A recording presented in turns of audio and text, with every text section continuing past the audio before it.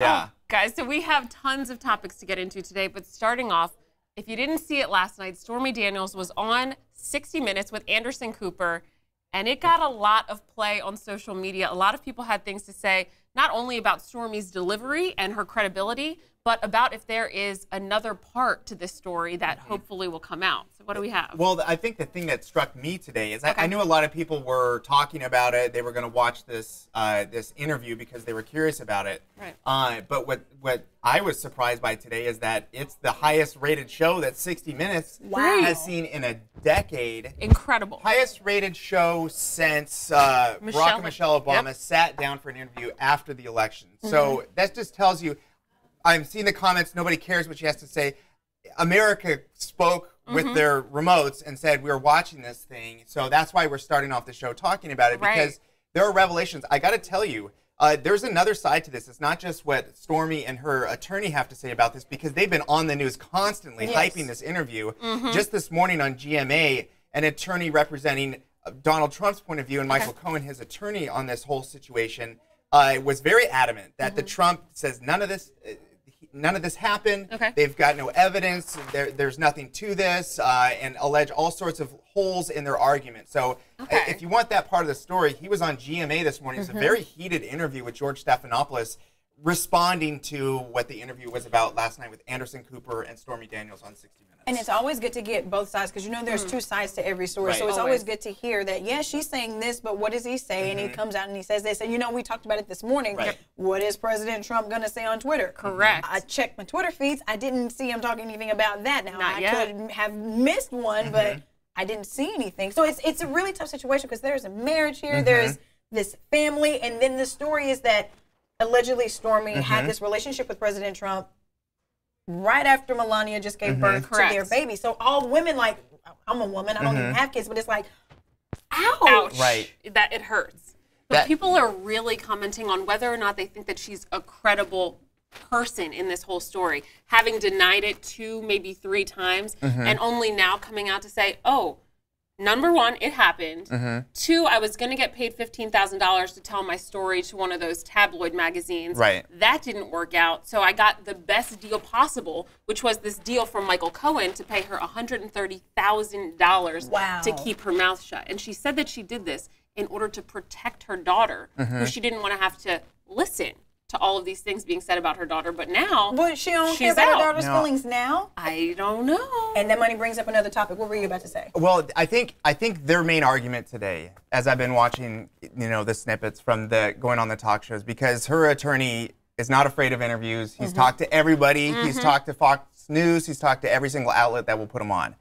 And his argument today is that, yes, this happened a long time ago, but she was intimidated to not tell her story. She's wanted to tell her story twice now. First, when she already did the interview with, I think it was In Touch Weekly, she wanted to tell the story, and then they threatened to sue the magazine, so the story did not come out. That was number 1. Number 2, this was weeks ahead of the election. She was going to tell her story again for the second time, just to put it all out there, and then she felt that she was intimidated. At one point, she says physically, also financially, to not tell her story. So even though she did sign the non-disclosure agreement and was also paid, she is saying that, you know what, I was intimidated. I was forced to do this because I felt like I had no other option. Now, when then the financial records started coming out, the Wall Street Journal did a story on it. They said there was something fishy about this. Both banks on both sides flagged it as a suspicious transaction. So that's sort of how the story came out. I think everyone was, at one point, had basically settled on, we're not talking about this. But then then it was going to be talked about. And then the first person to speak out about it was Donald Trump's attorney on this. And he said that when he said it's all fake and started making all these allegations without her being able to respond, saying, you know what, fine, now that everyone's talking about it, this is what I have to say about it. I think that's why she's doing these interviews. That's why she's so adamant and aggressive with this very aggressive attorney, is that she feels like there's 2 sides to this story. You're saying your side. I want to say my side. What I find very interesting about this, besides breaking the microphone, is that you know, Donald Trump and via his attorney, they have not provided any evidence that this did not happen. Well, what evidence do you provide that it didn't happen? They're just saying it didn't happen. Well, here's the telling part. Yeah, her attorney apparently has a DVD. There's all sorts of things that he is going to, he alleges at this point that are going to come out to prove that not only did they have a relationship 12 years ago, that's sort of personal business. I mean, I wouldn't, a lot of us would not be caught in that situation, but whatever. But it's the knowing about it and trying to cover it up weeks before the election. That's the problem. You're right, exactly. Could even be a crime, according to the FEC. We don't know. Remember, we're hosts. I'm a weather guy. I'm just getting everyone caught up why this is such a hot story, because there's so many moving parts, powerful people, and a lot of money. But we do know that it could be an issue, because last night on the show, Anderson Cooper had on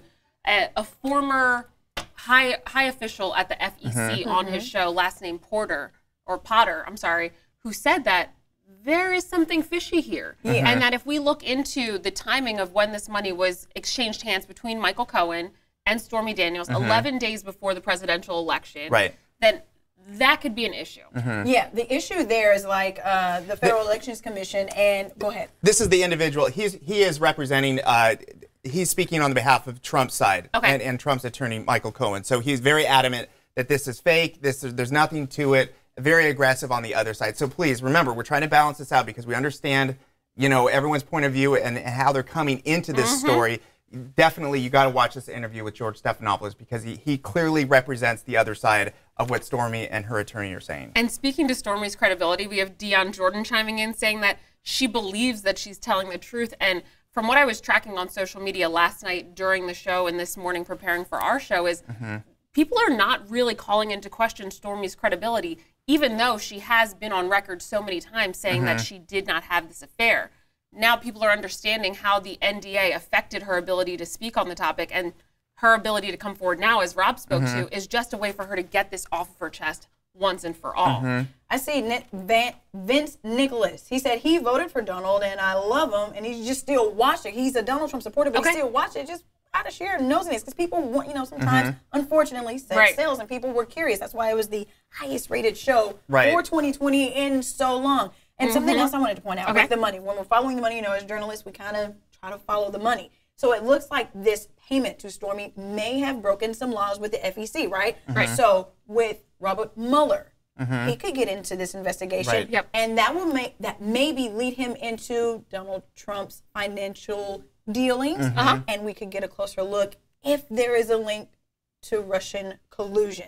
So this could be like the gift that unfortunately keeps on giving for the Trump administration, or we could find out that everybody's all clear. That connection that she's speaking about is through Michael Cohen.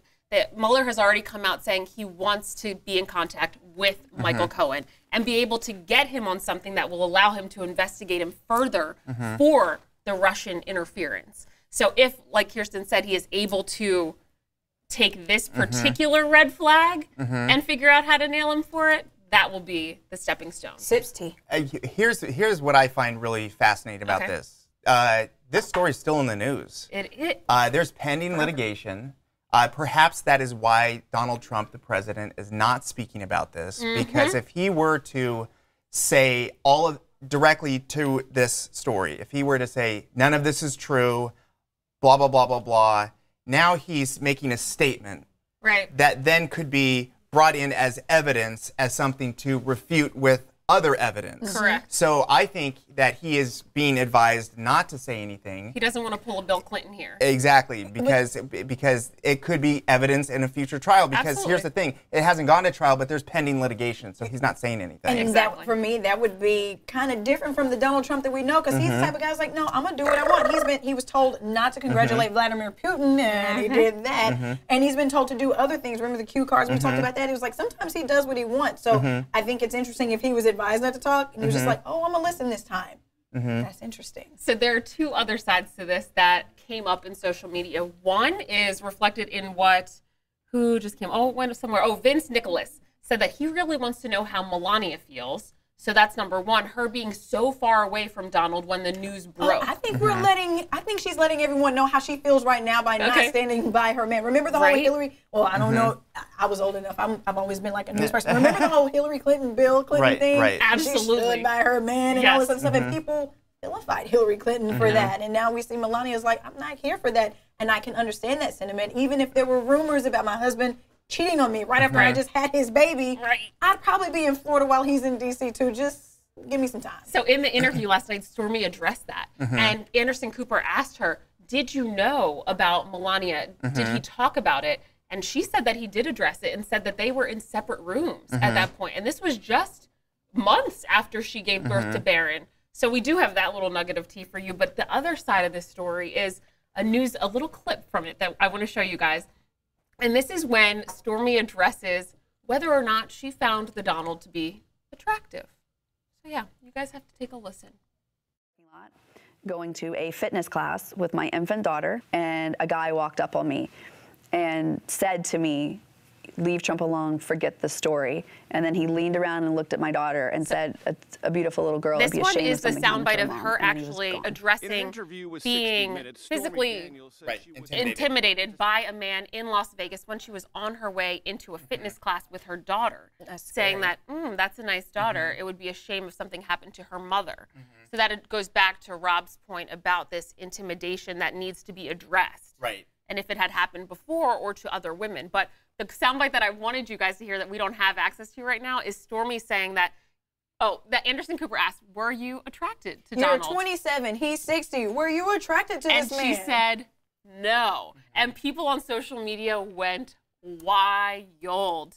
Even bringing up Montel Williams, who tweeted saying, I think it's a little creepy that he went so far, he being Donald Trump, to compare Stormy to his daughter Ivanka. Yeah, no, because I think in the interview she says that when he talked to me, he compared me to Ivanka, and how, you know, you think Ivanka Trump and you think, I still think like she's the epitome of style and grace, right? And so then Donald Trump talks to this woman, hitting on her. I'm like, oh, you remind me of my daughter. How weird is that? Just my skin crawls. So, okay, I'm reading a lot of comments. Ray Lopez says nobody cares. Need more community-related news. Okay. Do I believe her? Yes. Does it matter or change anything? No. Okay. This is what I would say for a couple things, and this is why I think people should pay attention to this story. Okay, just for the news value and all this. I'm ready.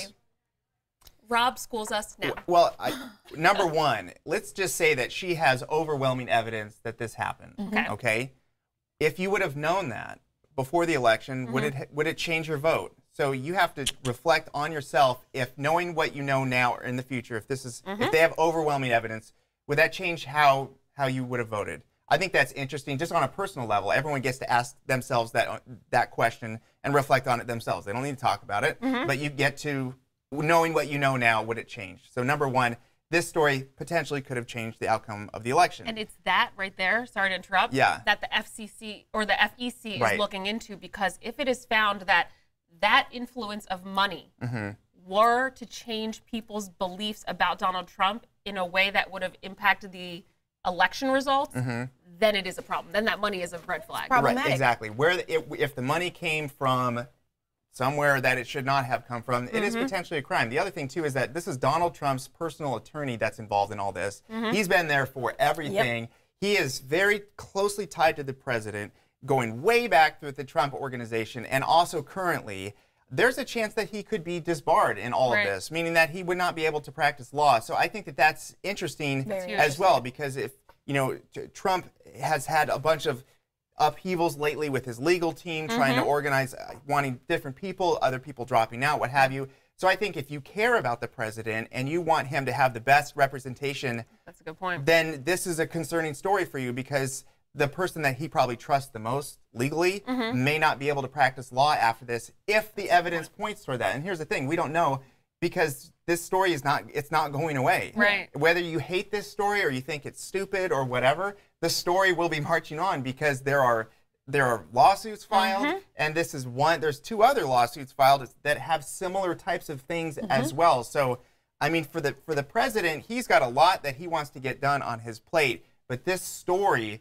is lurking in the background, and it's a story that's easy for people to understand. I think with the connection with Russia and everything going on with that, that story is kind of hard to follow unless you follow it day by day. Oh, because there's always a turn. Yeah, exactly. It's very important, especially if it goes away, because then there would be nothing really looming over the president's head. He can just march forward and put his plans in place. There would be nothing in his way. But this story in particular is people can understand this. They can understand what she alleges. They can understand how maybe his own lawyer paying money without the president's knowledge might be a little bit weird. Maybe it's not illegal, but maybe it's weird. So there's a bunch of things happening that this story's not going away. So I think it's important to get caught up with it so you can figure out, aha, this makes no sense. This is totally true, or this is totally untrue. I mean, as we go through this process as a nation, we're going to learn more about this. It's not going away. I like the idea that we'll continue to give you that information. And you can make your own decisions, because there are some people that it's like, I don't want to hear about that. And unfortunately, you know, you kind of got to share the information so that you can make the decision like, no, I don't want to play, or yes, I still want the information, because some people want to know, did my president do that? Right. And people have been bringing up on social media, had this been Barack Obama, how the world would have been reacting to this. And somebody in here is asking, actually many people are having a discussion about a lie detector test. I see it between Jessica Downey, my mom, a person named Ezekiel. You're all discussing whether or not she took this lie detector test and what the results were. So she did. We have seen images. She took a lie detector test. That test said that she was telling the truth. Whatever she had to say, she was telling the truth. And maybe that is adding to the fact that people believe her. She comes off as very believable in that entire interview. But again, chime in the comments. We want to know how you feel. You guys have been so active. Wait a minute. I just realized how to see the latest comments. You just scroll to the top or scroll to there we go now. And let me point out one thing. Let's take politics out of this for a second, okay? Because this is supposed to be at its core, you know, something that happened between two people, whether it did or didn't happen. You can go there. What I find most interesting in all of this is I just like watching attorneys in real life go at it. I mean, these people are very smart, and I'm always trying to figure out their strategy and what they're willing to say and what they're willing not to say, what they allude to. So when you allude to something, you're saying something without saying it. And her attorney is very good. Whether you think she's telling this, whether she's truthful or not, you have to understand that her attorney is very good at what he's being paid to do, which is to represent her and move her case forward. And this guy is really, really good.